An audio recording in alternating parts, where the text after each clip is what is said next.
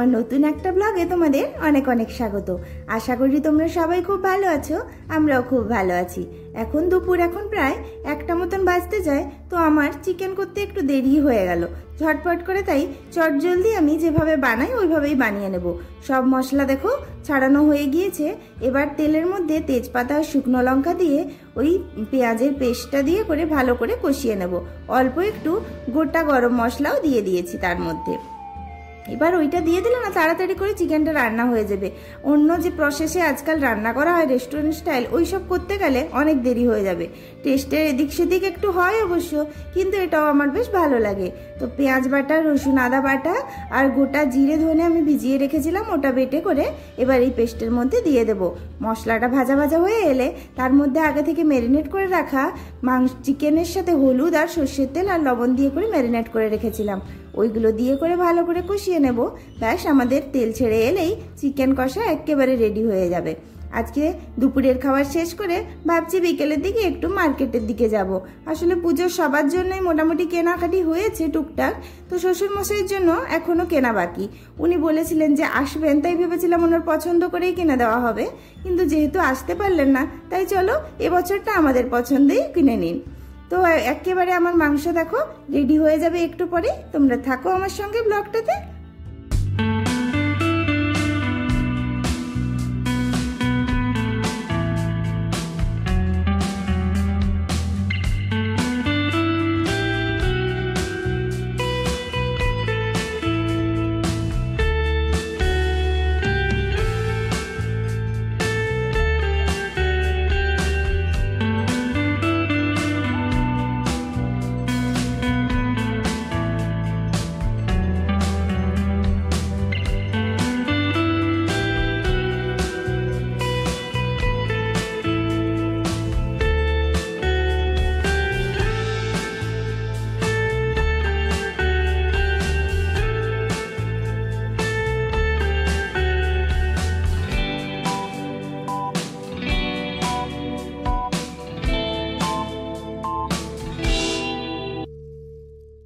বিকেল এখন ওই 5:30 মতো, অল্প সন্ধ্যা হয়ে এসছে।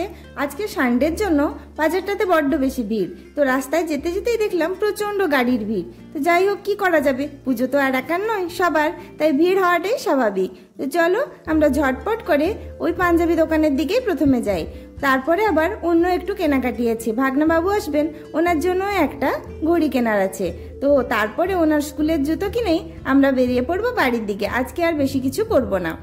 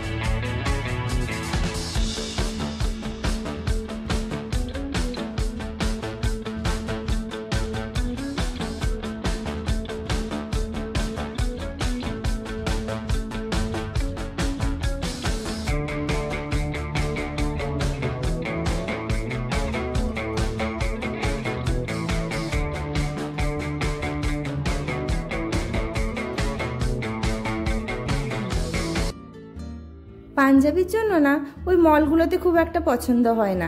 এখানে আমাদের জামশেদপুরে বিষ্ণুপুর বলে একটা জায়গা আছে, ওখানে পাঞ্জাবি খুব ফেমাস, খুব রিজনেবল প্রাইজে তোমরা পাঞ্জাবি পেয়ে যাবে। তো যেতে যেতে রাস্তায় দেখলাম খুব সুন্দর করে ফলের দোকানটা সাজানো আছে। ফাইনালি আমাদের পাঞ্জাবি কেনা হয়ে গিয়েছে। এবার চলো একটু ঘড়ির দোকানের দিকে যাওয়া যাক। ওই ফার্স্ট ট্র্যাক থেকেই একটা রিস্টওয়াচ নেওয়া হলো আমাদের।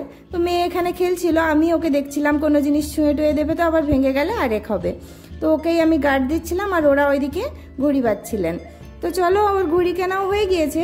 এবার আমরা বাইরের দিকে বেরিয়ে অল্প একটু খাওয়া দাওয়া করে নেবো, তারপরে জুতোর দোকানের দিকে যাওয়া যাবে। ভাগ্নের না আবার ওই চেন দেওয়া ঘড়ি বেশি পছন্দ ছিল, কি কি জানি কোথা থেকে দেখেছেন। তো আমরা বললাম না ওগুলো না ঠিক মানাচ্ছে না, এমনি নর্মাল যে ঘড়িগুলো হয় স্পোর্টি লুকের ঘড়ি ওগুলোই ভালো মানাচ্ছে। আমারও সত্যি বলতে পার্সোনালি ওগুলোই পছন্দ।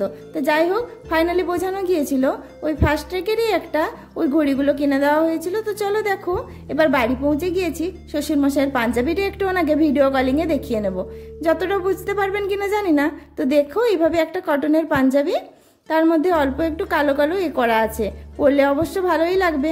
যাই হোক পরার পরে তোমাদেরকে অবশ্যই শেয়ার করব। আজকের মতন ব্লগটা এখানেই শেষ করছি। ভালো থেকো, সুস্থ থেকো, আর আমার চ্যানেলটা ভালো লেগে থাকলে অবশ্যই সাবস্ক্রাইব করে দিও। টাটা।